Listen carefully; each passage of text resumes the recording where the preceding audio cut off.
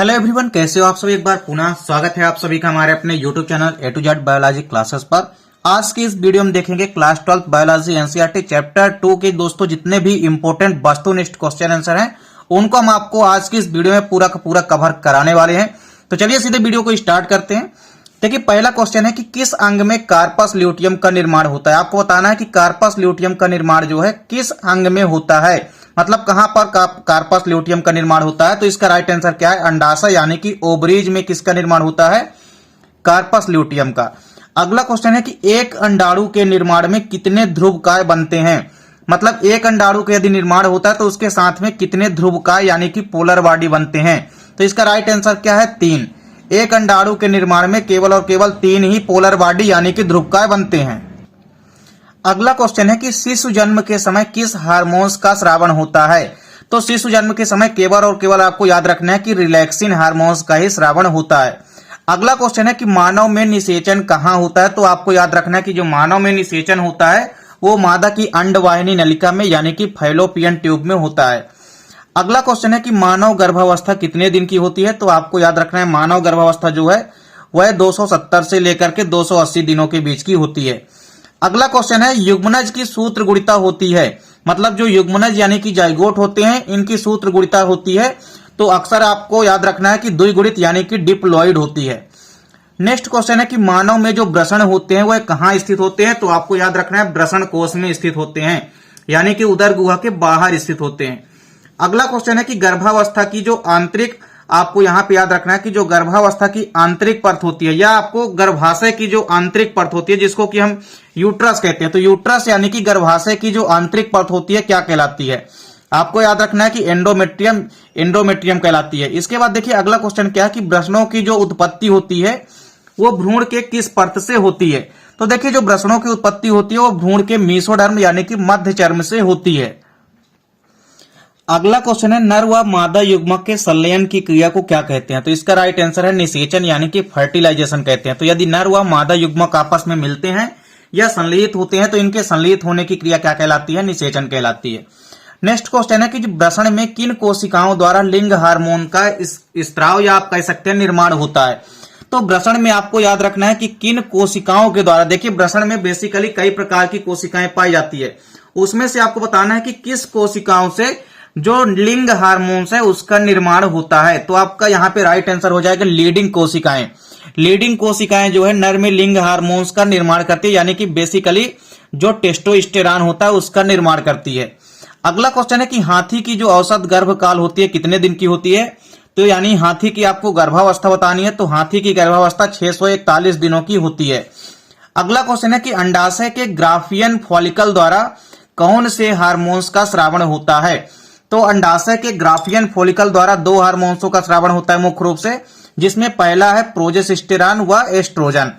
इसके बाद देखिए अगला क्वेश्चन है कि जाइगोट से मोरुला बनने की क्रिया को किस नाम से जानते हैं। तो जाइगोट से मोरुला बनने की जो क्रिया है वह विदलन के नाम से जानी जाती है।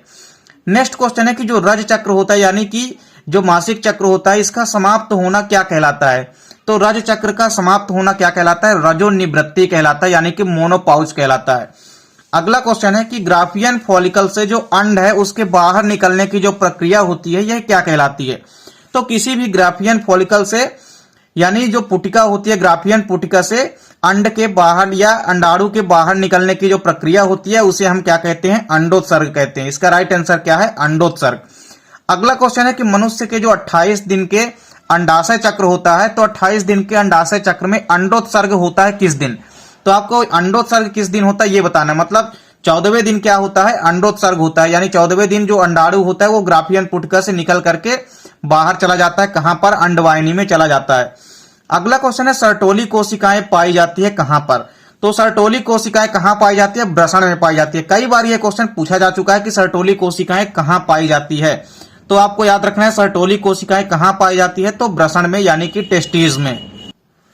अगला क्वेश्चन है सोमनीफेरस नलिकाएं पाई जाती है कहां पर। तो सोमनीफेरस नलिकाएं भी कहां पर पाई जाती है, वृषण में। और सोमनीफेरस नलिकाओं के अंदर ही शुक्राणुओं का यानी कि स्पर्म का फॉर्मेशन होता है। अगला क्वेश्चन है कि शुक्राणुओं का परिपक्वन यानी शुक्राणुओं का जो परिपक्वन होता है कहां पर होता है। तो शुक्राणुओं का परिपक्वन आपको याद रखना है अधिवृषण में होता है, यानी इसको इंग्लिश में हम क्या कहते हैं, एपिडिडाइमिस कहते हैं। तो शुक्राणुओं का परिपक्वन एपिडिडाइमिस या अधिवृषण में होता है। अगला क्वेश्चन है कि किनमें वृषण जो है वो स्थायी रूप से उदर गुहा में ही स्थित होते हैं। तो इसके यहाँ पे कई सारे एग्जाम्पल है जो कि आपको याद रखने हैं। देखिए सबसे पहला तो जो व्हेल मछली होती है, इसके अलावा डॉल्फिन व हाथी, इन सभी के सभी में क्या होता है, जो वृषण होते हैं वो स्थायी रूप से उदर गुहा में ही स्थित होते हैं। अगला क्वेश्चन है कि मैथुन के समय योनि को चिकना बनाने हेतु एक क्षारीय द्रव स्रावित करने वाली ग्रंथि कौन सी होती है।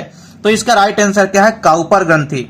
काउपर ग्रंथि ही क्या करती है कि मैथुन क्रिया के समय योनि को चिकना बनाने हेतु एक क्षारीय द्रव का निर्माण करती है या स्त्राव करती है। अगला क्वेश्चन है ध्रुवीय काय का निर्माण होता है, मतलब पोलर बॉडी का निर्माण किस प्रक्रिया के माध्यम से होता है। तो ध्रुवीय काय यानी कि पोलर बॉडी का निर्माण किस में होता है, तो बेसिकली अंडवाहिनी में होता है, और आपको याद रखना है कि अंड जनन की प्रक्रिया के परिणाम स्वरूप होता है। अगला क्वेश्चन है कोलेंट्राम क्या है। तो कोलेंट्राम जो है प्रथम स्त्रावित दूध होता है, तो ये आपको याद रखना है। अगला क्वेश्चन है कि प्राथमिक शुक्राणु कोशिका होती है। तो आद्य या प्राथमिक शुक्राणु कोशिका हमेशा आपको याद रखना है कि द्विगुणित यानी कि डिप्लॉयड होती है। नेक्स्ट क्वेश्चन है मनुष्य में भ्रूणीय झिल्लियों की संख्या कितनी होती है। तो देखिए भ्रूणीय झिल्लियों की संख्या यहाँ पे आप 4 बना लेंगे, क्योंकि भ्रूणीय झिल्लियों की संख्या कितनी होती है, 4 होती है। तो आपको 3 नहीं लिखना है, यहाँ पे 4 बनाना है। तो मनुष्य में भ्रूणीय झिल्लियों की संख्या कितनी होती है, 4 होती है। एमनियन, कैरियन, एलेंटाइस और योगसैक, ये 4 प्रकार की भ्रूणीय झिल्लियां पाई जाती है। तो यहाँ पे आप 4 इसको बना लेंगे। तो मनुष्य में भ्रूणीय झिल्लियों की संख्या कितनी होती है, तो भ्रूणीय झिल्लियों की संख्या होती है 4। यहाँ पे आप इसको चेंज कर लेंगे, 3 है यहाँ पे, तो आप इसको 4 बना लेंगे। भ्रूणीय झिल्लियों की संख्या कितनी होती है, 4 होती है। अगला क्वेश्चन है कि भ्रूण की किस परत से यकृत तथा अग्नाशय विकसित होते हैं, मतलब ऐसी कौन सी भ्रूण की लेयर है जिसमें से लीवर और पैंक्रियाज डेवलप होते हैं। तो हमेशा आपको याद रखना है कि जो एंडोडर्म होते हैं यानी कि जो अंतःचर्म होती है, उसमें से मुख्य रूप से यकृत तथा अग्नाशय विकसित होते हैं यानी कि डेवलप होते हैं। अगला क्वेश्चन है कि गर्भाशय के अंदर भ्रूण को पोषण प्राप्त होता है किसके द्वारा। तो ये आपको याद रखना है, अपरा या कि प्लेसेंटा के द्वारा प्राप्त होता है। नेक्स्ट क्वेश्चन है मानव में किस प्रकार का निषेचन होता है। तो मानव में अक्सर आपको याद रखना है कि इनर फर्टिलाइजेशन यानी कि आंतरिक निषेचन पाया जाता है। युग्मक की सूत्र गुणिता का स्तर होता है। देखिए युग्मक यानी कि गैमेट की सूत्र गुणिता का स्तर होता है। तो गैमेट आपको याद रखना है कि हमेशा अगुणित होते हैं। यदि जाइगोट पूछे या युग्मनज, तो जाइगोट या युग्मनज हमेशा द्विगुणित होते हैं, और यदि भ्रूण पोष पूछे आवृतबीजियों में, तो वो आपको याद रखना है कि त्रिगुणित होता है। उम्मीद करता हूं दोस्तों वीडियो पसंद आई होगी। दोस्तों वीडियो अच्छी लगे तो लाइक और कमेंट जरूर कीजिएगा, साथ ही साथ दोस्तों को भी शेयर कीजिएगा, और यदि चैनल पर नए हैं तो चैनल को सब्सक्राइब अवश्य कर लें। मिलते हैं दोस्तों नेक्स्ट वीडियो में, तब तक के लिए जय हिंद, वंदे मातरम।